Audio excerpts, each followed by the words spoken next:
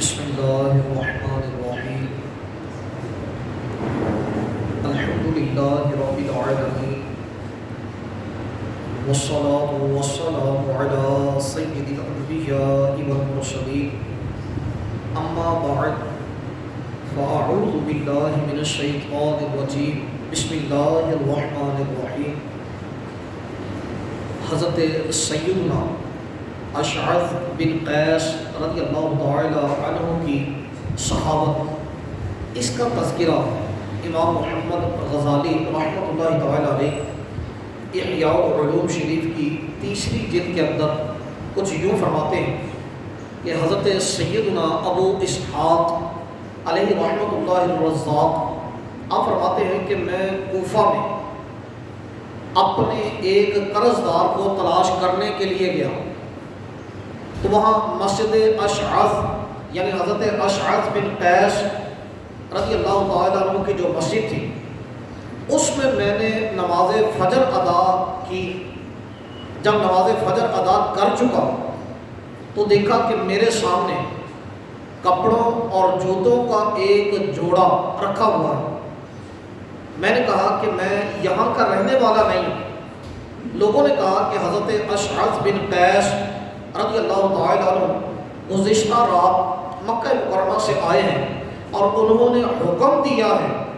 کہ اس مسجد کے ہر نمازی کو کپڑے اور جوتوں کا ایک ایک جوڑا دیا جائے۔ یہ اس وقت کے لوگ سخی ایسے تھے، لیکن آج تک ہماری مسجد میں نے تو نہیں دیکھا، کم از کم ہو سکتا ہے کہیں آپ نے دیکھا ہو کہ کوئی ایسا سخی بھی ہو گئے کہ جس نے سارے نمازیاں دے واسطے یہ حکم جاری کی تو آثار میں ایک ایک سوٹ دے اور ساڑھے ہاتھ جس ویلے 27 ختم ہوتا ہے، جس ویلے بڑا مار کا مار دینا کہ اسی پتہ نہیں کی کر لیتا ہے، اس ویلے مار مک کے تو صرف ایک امام ہو، ایک مؤذن ہو یا جنہیں سنایا انہوں ایک ایک سوٹ دے کے، وہ بھی بسا اوقات ایسا ہوتا ہے جہاں پہننے کے بھی قابل نہیں ہوتا، بس اوقات اچھا ہوتا ہے، بس اوقات پہننے کے بھی قابل نہیں ہوتا، اور دیتے اس وقت ہے جس وقت کوئی درزی لینے کے لیے تیار بھی نہیں ہوتا۔ ہماری کیفیت ایسی ہوتی ہے، لیکن یہ ایسے اللہ کے نیک بندے ہیں کہ جناب سارے کوئی 27 والا دن بھی نہیں، بس یہ ہے کہ وہ مکہ مکرمہ سے واپس آئے اور انہوں نے جناب یہ سخاوت کی کہ ہر نمازی کو ایک ایک سوٹ دیا جائے اور ہر نمازی کو ایک ایک جوتوں کا جوڑا بھی دیا۔ یہ ان کی اپنی ایک سوچ ہے۔ تو جہاں پر ہم نہ جانے کہاں پر لوگوں کو کوئی ایسے افراد بھی ہوتے ہیں جو اہل ہوتے ہیں، جو اہل نہیں بھی ہوتے، پھر بعض تو ایسے ہیں جو مسلمان بھی نہیں ہوتے، اور بعض ایسے ہیں کہ جو پیشہ ور لوگ ہوتے ہیں، ہم ان لوگوں کو دیتے ہیں، اور سفید پوش جو مسجد کے اندر 5 وقت اللہ رب العالمین کے ہاں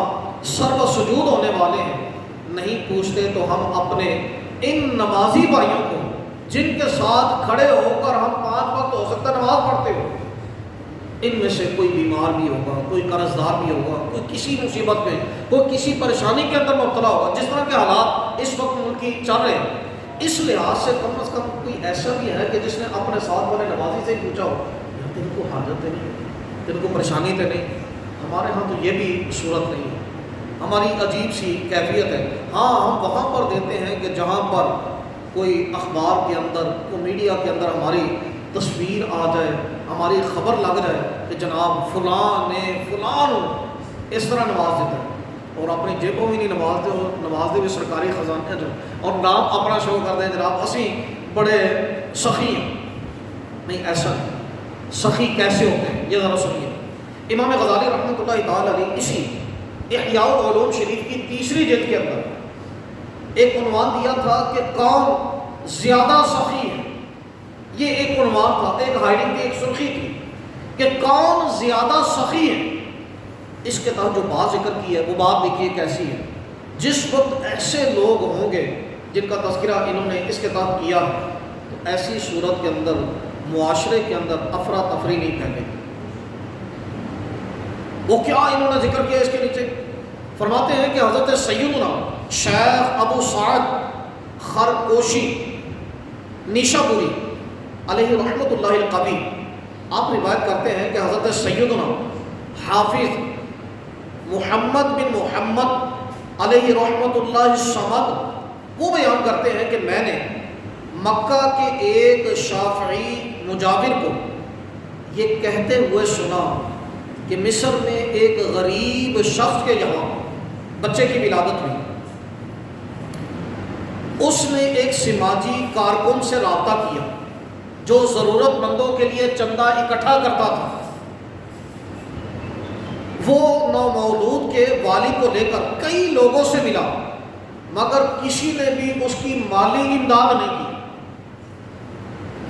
آخر کار ایک مزار پر حاضری دی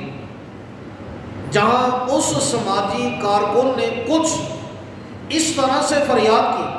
یا سیدی، اللہ آپ پر رحم فرمائے، آپ اپنی ظاہری زندگی میں بہت کچھ دیا کرتے تھے، آج کئی لوگوں نے نو مولود کے لیے کئی لوگوں سے مانگا مگر کسی نے کچھ نہ دیا. یہ کہنے کے بعد اس سماجی کارکن نے اپنے ذاتی پلے سے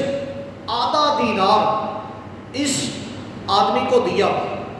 اور یہ کہہ کر دیا کہ جب تو خوشحال ہو جائے،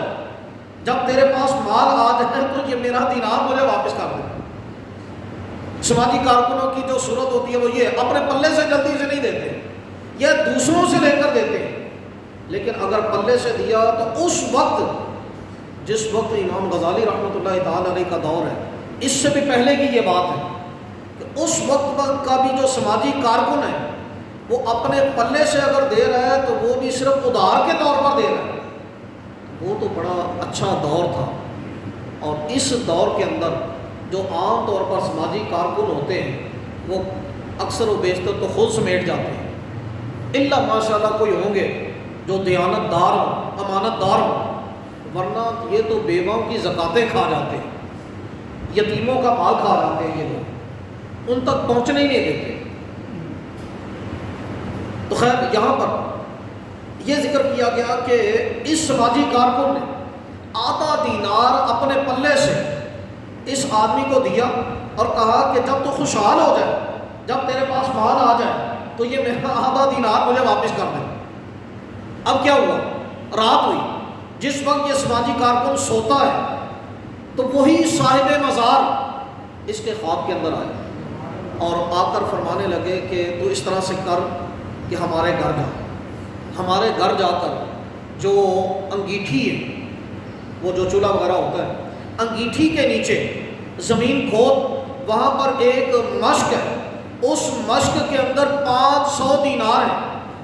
ان کو لے اور اس آدمی کو دے دے. کہ تو کئی بندوں کے پاس گیا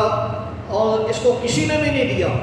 تو میرے پاس آیا تو میں تیری آواز کو تو سن رہا تھا لیکن مجھے جواب دینے کی اجازت نہیں تھی، تو اب تو جا یہ عمل کر. وہ جب بیدار ہوا ان کے اس صاحب مزار کے گھر چلا گیا، جا کر ان کے گھر والوں کو کہا کہ اس طرح سے صاحب مزار میرے خواب کے اندر آئے، انہوں نے مجھے یہ کہا کہ انگیٹھی کے نیچے جگہ کھودو تو یہاں پر 500 دینار مل جائے گی. چنانچہ گھر والوں نے وہاں سے جگہ کو کھودا. جب جگہ کو کھودا تو واقعتاً وہاں پر ایک مشک نکلی اور مشک کے اندر 500 دینار تھے. اب ہوا کیا؟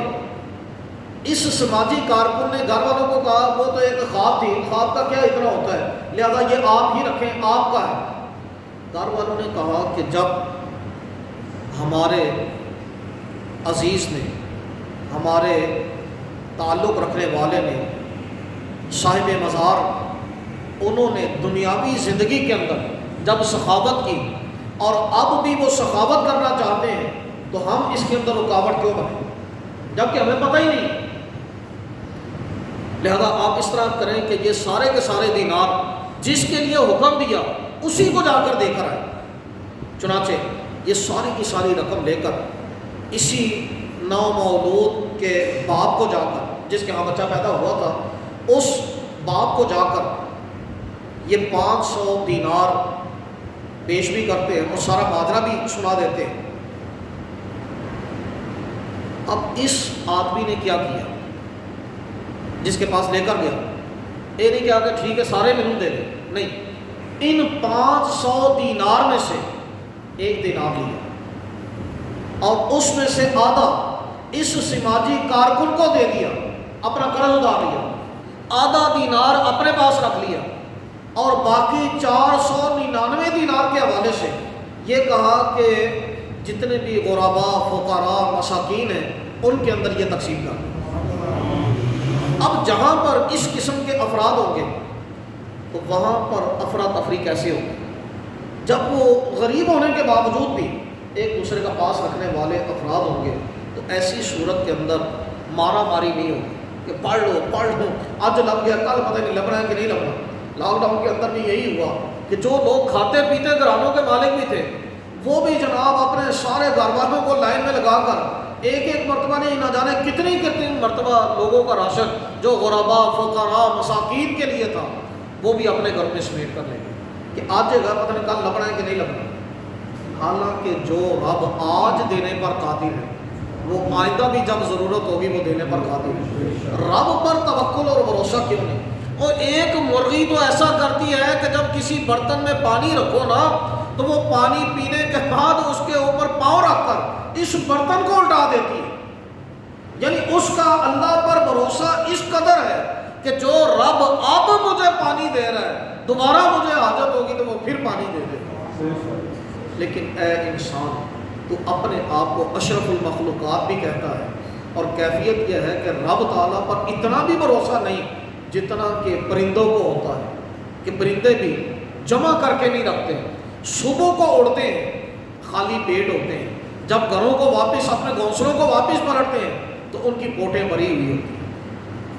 تو ہمارا اتنا توکل بھی اللہ پر نہیں، اتنا بھروسہ بھی نہیں، اور ہم کہتے ہیں اپنے آپ کو اشرف المخلوقات ہیں تو سمجھنے کی ضرورت ہے، عقل مند کے لیے اشارہ کافی ہے۔ اللہ مجھے آپ کو ہم سب کو ان سخی لوگوں کے صدقے سے سخی بنا دے، ہمارے دلوں کو قناعت پسند بنا دے۔ وآخر دعوانا ان الحمد للہ رب العالمین۔